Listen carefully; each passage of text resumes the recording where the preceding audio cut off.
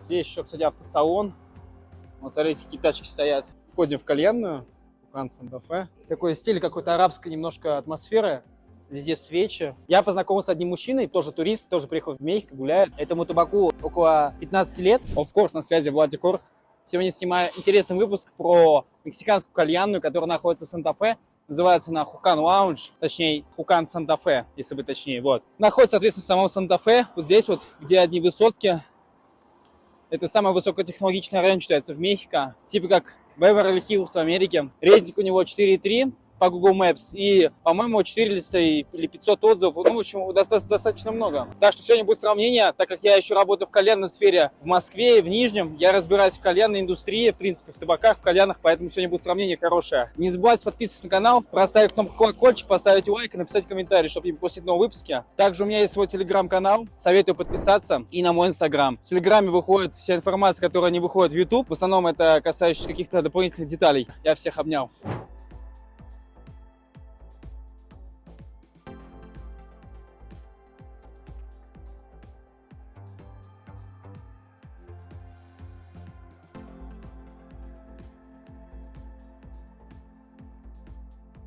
Краткая предыстория про этот высокотехнологичный район под названием Санта-Фе. Он находится на краю Мехико, так сказать, на отшибе, по-русски говоря. Он как островок, он окружен спальными районами. Здесь в основном проживают работники корпораций, которые работают в корпорациях, например, Huawei или Levi's. Они здесь в основном располагаются. То есть это такой высокопрестижный район, похожий на район Паланка в Мехико. Так как Паланка является дорогим районом, Санта-Фе тоже как бы ему не уступает. Вот, поэтому, учитывая все реалии, Санта-Фе считается одним из самых дорогих районов Мехико. Здесь оверпрайс на квартиры. Овер просто. Высочайшая цена. Как, в принципе, в Паланка. Здесь, кстати, располагается очень много бутиков, таких как KFC, Domino's Pizza. Starbucks есть, всеми любимый, который в России запрещен. Везде одни мегаполисы, корпорации в основном. Кстати, кто не знает мою предысторию про кальянную индустрию, я работал около полгода в Москва-Сити в кальянной и в Нижнем. Стажировалась, правда, в Smoking Lounge. Вот. В кальянной сфере я разбираюсь, да, немножко. Ну, не прям профи, но любитель. Знаю, как кальяны некоторые выглядят, как они называются, как табаки должны куриться, так скажем. Поэтому сегодня, думаю, будет конкретный жесткий разбор этой кальянной. Пускай молится, чтобы она была закрыта. Вот, собственно, я дошел до этого места, вот на Хукан Санта-Фе. Находится в каком-то торговом центре корпоратива Коммерциал. Здесь еще, кстати, автосалон. Вот, смотрите, какие тачки стоят. Вау. Астон Мартин. Еще один Мартин. Там две Бэхи. Кайф.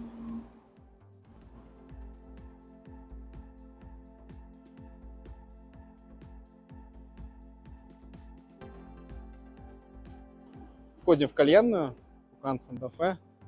Наконец-то она сегодня работает. Буэнос ночес. Ура! Я рад, что она работает.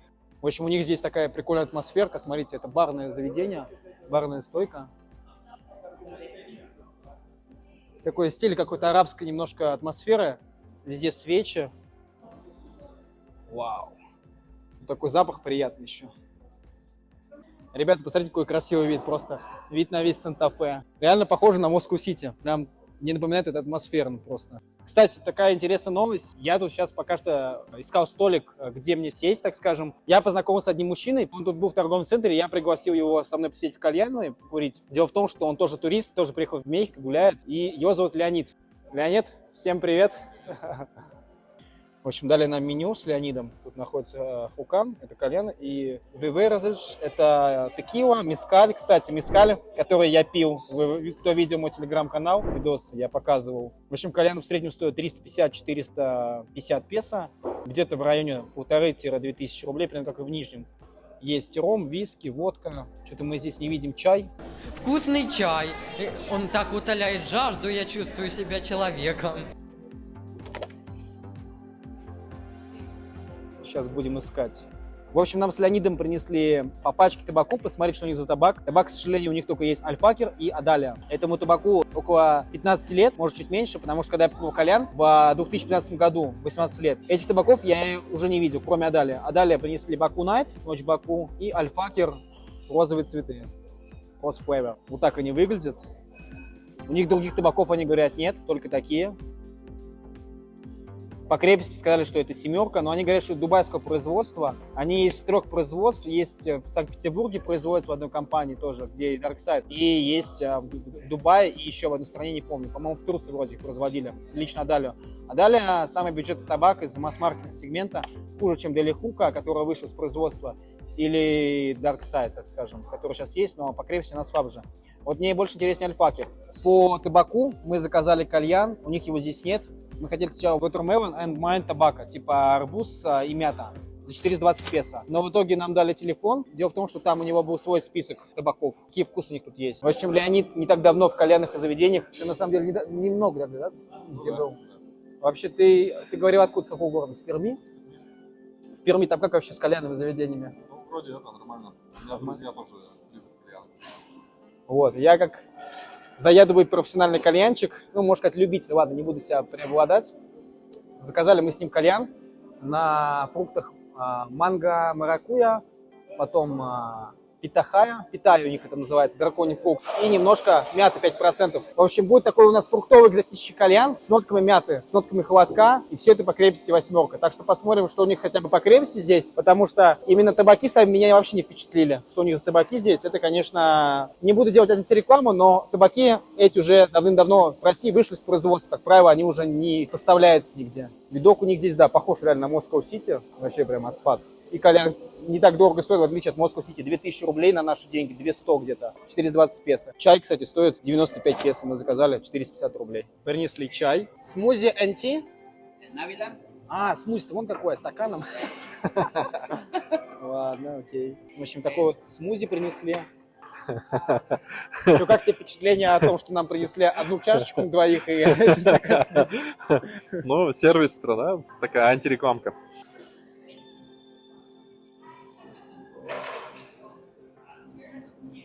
Барная стойка крутая. В общем, ребят, я, к сожалению, пропустил, как кальян подали. Леонид уже курит. Как тебе, Леонид? Ну, мягенький, хороший кальян.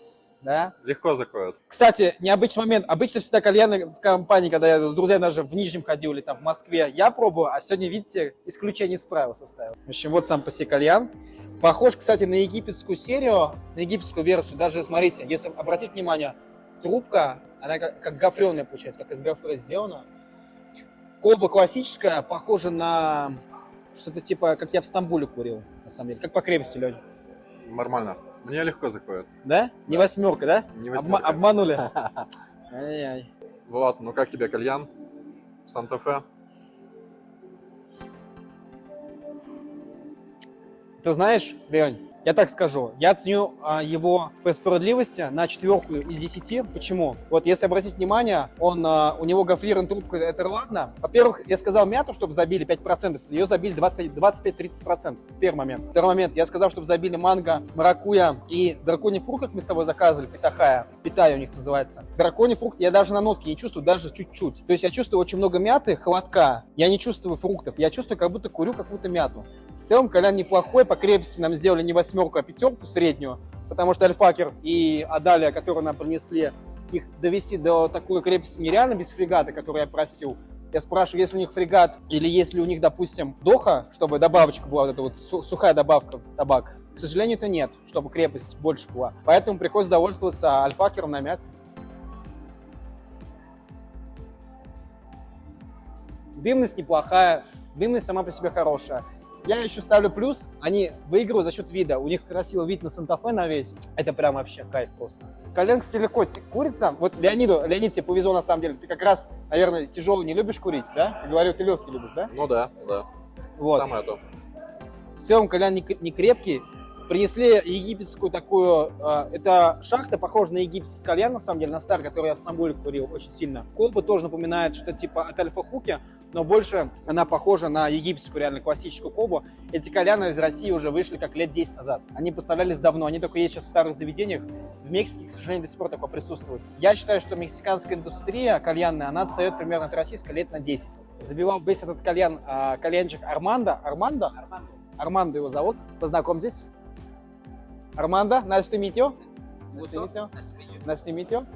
В общем, прекрасный кальянчик. Приходите в Хукан Санта-Фе, обращайтесь к Армандо. Лично он нам забивал кальян. Хороший человек. Все высушил целых 20 минут. Поэтому, если что, обращайтесь к нему.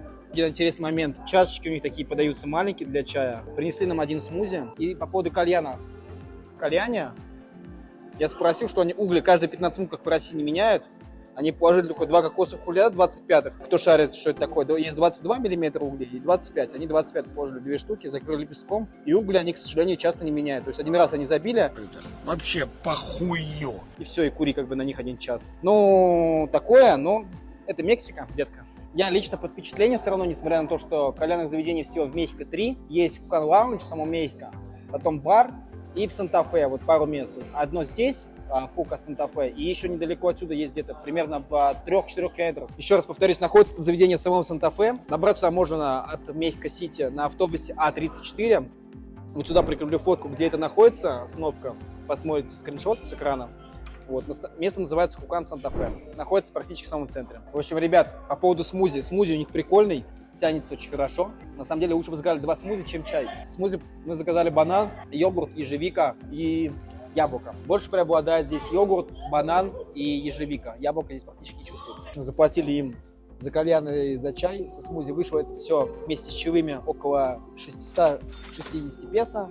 Получается, на чаевые мы оставили где-то около 60 песо и 600 кальян вышел с чаем, со смузи. За хорошее обслуживание. Заканчивается поход из Хукан Санта-Фе. Hasta luego. Feliz Navidad. Это я пожелал с Рождеством. Buenas noches. Adiós. В общем, ребят, всем рекомендую посетить данное заведение Хукан Санта-Фе. По отзывам в Google Maps у них рейтинг 4,3, около примерно 500 оценок. Лично я это заведение оцениваю на 7. В целом, в общем, 7-8 по общей атмосфере. Кальян, конечно, на 4, потому что все-таки кальян-индустрия наша от их мексиканской далековато, потому что табак, альфакер и Адалия это все-таки вообще разные абсолютно миры, так скажем. Что у них индустрия, что у нас, все-таки у них индустрия на 15 лет отстает. В целом, я рекомендую всем. Добираться сюда можно, повторюсь еще раз, на транспорте, либо на такси, либо пешочком, либо на велосипеде. Сюда никак не доберешься, ни на метро, никак. Поэтому приезжайте, курите с наслаждением. Всем рекомендую.